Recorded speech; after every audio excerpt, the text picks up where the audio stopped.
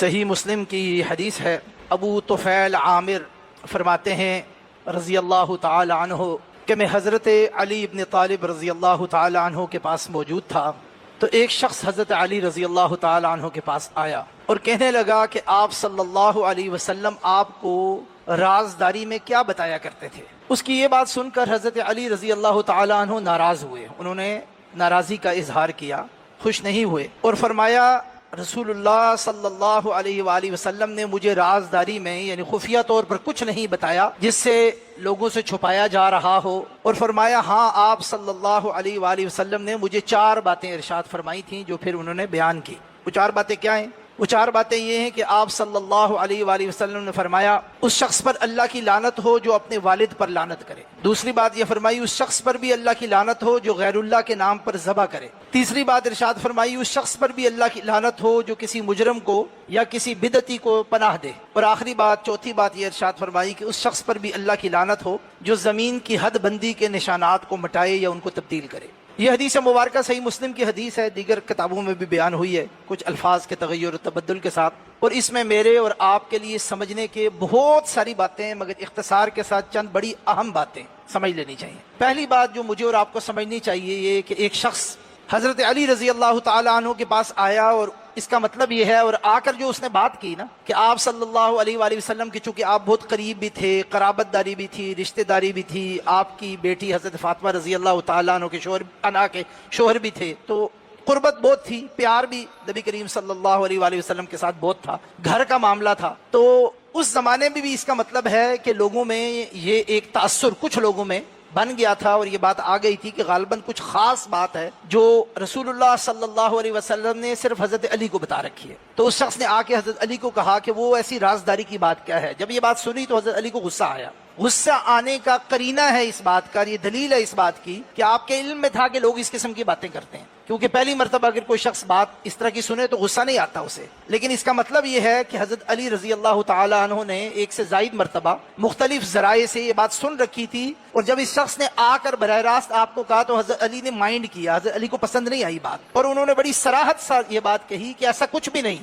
جو رسول اللہ صلی اللہ علیہ وسلم دین کے معاملے میں ایک خفیہ طور پر مجھے بتلاتے تھے اور جسے لوگوں سے چھپایا جا رہا ہو۔ یہ بڑی اہم بات ہے، اس لیے کہ ہمارے ہاں پورا ایک مسلک جو ہے وہ اس بنیاد پر بن گیا ہے کہ اہل بیت اور پھر حضرت علی خاص طور پر رضی اللہ تعالیٰ عنہ ان کے اور رسول اللہ صلی اللہ علیہ وآلہ وسلم کے درمیان دین کے معاملے میں کچھ خاص باتیں تھیں، ان خاص باتوں کو لو کر پھر اہل بیت کے ارد گرد پورا ایک متوازی دین تشکیل دیا گیا ہے، اور یہ پھر پوری مسلم تاریخ چلتے چلتے چلتے آج جو حالات واقعات ہیں اس میں ساری باتیں ہمارے سامنے آ گئی ہیں۔ اس لیے اس حوالے سے بڑا ہی واضح ہونے کہ دین میں کوئی باطنیت نہیں ہے، دین کے اندر کوئی ایلیٹزم نہیں ہے، عوام کا اور خواص کا علیحدہ علیحدہ دین ایسا کوئی چیز نہیں ہے۔ دین میں خواص ہیں، مگر وہ کون لوگ ہیں؟ جو اللہ کی زیادہ عبادت کرتے ہیں، جو قرآن زیادہ پڑھتے ہیں، جو حقوق اللہ کا زیادہ خیال رکھتے ہیں، جو حقوق العباد کا زیادہ خیال رکھتے ہیں، جو غریبوں کی مدد کرتے ہیں، جزا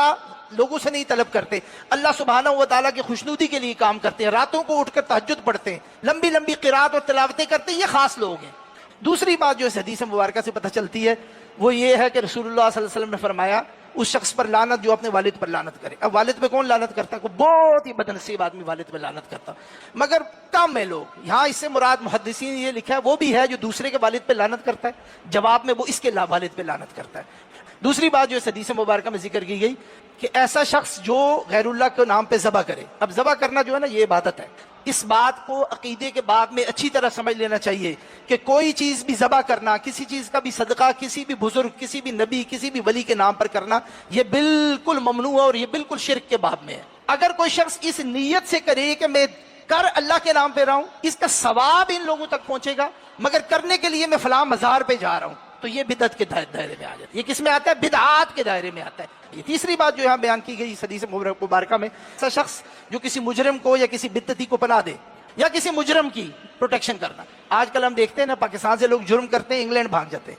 یورپ کے ممالک میں بھاگ جاتے ہیں، کیا جی؟ اسائلم لے رہے۔ یہ جو اسائلم کا فتنہ ہے نا پوری دنیا میں، یہ اسائلم اس قسم کے مجرمین کو اسائلم دینے والے لانتی ہیں، اور یہ میرا فتویٰ نہیں ہے، رسول اللہ صلی اللہ علیہ وسلم نے کہا ہے فتویٰ اس حوالے سے۔ اور لعنت کیا ہوتی ہے؟ اللہ کی رحمت سے دوری، جس پر اللہ کی رحمت بالکل نہیں آئی، اور یہ گناہ کبیرہ کے زمرے میں یہ بات آتی ہے۔ اور آخری بات، ایسا شخص پر بھی اللہ کی لعنت ہو جو زمین کی حد بندی کے جو نشانات ہیں نا ان کو مٹاتا ہے. جیسے ہمارے یہاں بتیاں لگی ہوتی ہیں, پتھر لگے ہوتے ہیں, حد بندی کے نشانات لگے ہوتے ہیں, یہ جو ہے نا زمین کے جو حد بندی ہے اس کو توڑتا ہے. اور اس کے اندر یہ بھی شامل ہے, یہ جو نہری نظام میں جب حد بندی ہوتی ہے اس کو توڑنا اور زمین کھسک کھسک کے چھوٹا چھوٹی زمین اپنے طرف شامل کرنا, لوگوں کو نقصان پہنچانا, یہ لوگ سمجھتے ہیں چھوٹی سی معمولی سی بات ہے. رسول اللہ صلی اللہ علیہ وسلم نے کہا ہے کہ ایسا شخص لعنتی ہے, اس پر اللہ کی لعنت ہو. اور کسی دوسرے کا اتنا سا بھی لیا تو روز قیامت وہ گلے میں جب لٹکا ہوا آئے گا تو انسان جواب نہیں دے سکے گا اس کا. اس لیے ان احادیث مبارکہ پر سمجھ کر غور کر کے ہمیں ان پر عمل کرنے کی ضرورت ہے. سبحانک اللہم و بحمدک اشہد ان لا الہ الا انت استغفرک و اتوب الیک.